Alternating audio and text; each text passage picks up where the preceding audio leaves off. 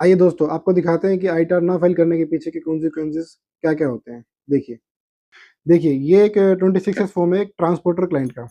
इस transporter client के 26 S में कुछ रिसिप्ट्स हैं कॉन्ट्रैक्चुअल। इस पे किसी पे भी टीडीएस नहीं कटा हुआ। बट मेन इश्यू आता है यहाँ पर। इस ट्रांसपोर्टर ने इस पीरियड में 3 कमर्शियल ट्रक खरीदे हैं, जिसकी की वैल्यू जैसा आप देख पा रहे हैं 34 लाख, 31 लाख, 37 लाख। अप्रोक्सीमेट फिगर जो है ये, इसने 1 करोड़ रुपीज़ के 3 ट्रक परचेज़ करे हैं इस ईयर। अब इसके बाद क्या होता है कि 1-2 साल के बाद क्लाइंट को नोटिस रिसीव होता है सेक्शन 48 ए का, कि आपका केस क्यों ओपन ना किया जाए। क्लाइंट उसमें भी रिस्पॉन्ड नहीं करता है, तो 147 में जो ऑर्डर पास होता है, उसकी डिटेल आप देखिए एक बार।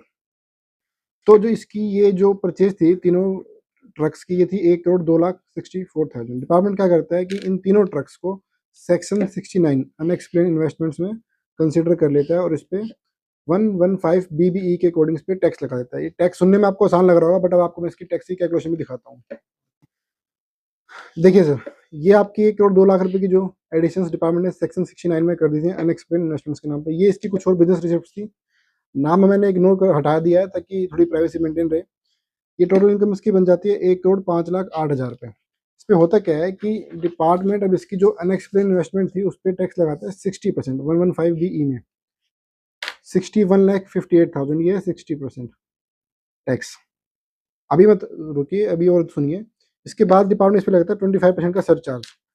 ये सरचार्ज आपका निकल के आता है 15 लाख रुपए। फिर इस पे लगता है सेस 4% के अराउंड। तो ये टोटल मिला के आपकी लायबिलिटी निकल के आती है अप्रोक्सीमेट 79.29 लैक्स, अप्रोक्सीमेट 80 लैक्स हम इसको बोल सकते हैं। अभी रुको, अभी आपको और दिखाते हैं। इसके बाद डिपार्टमेंट इसके बाद इस पे लगाते हैं 2 सेक्शंस में इंटरेस्ट भी, सेक्शन 234 ए एंड 234 बी।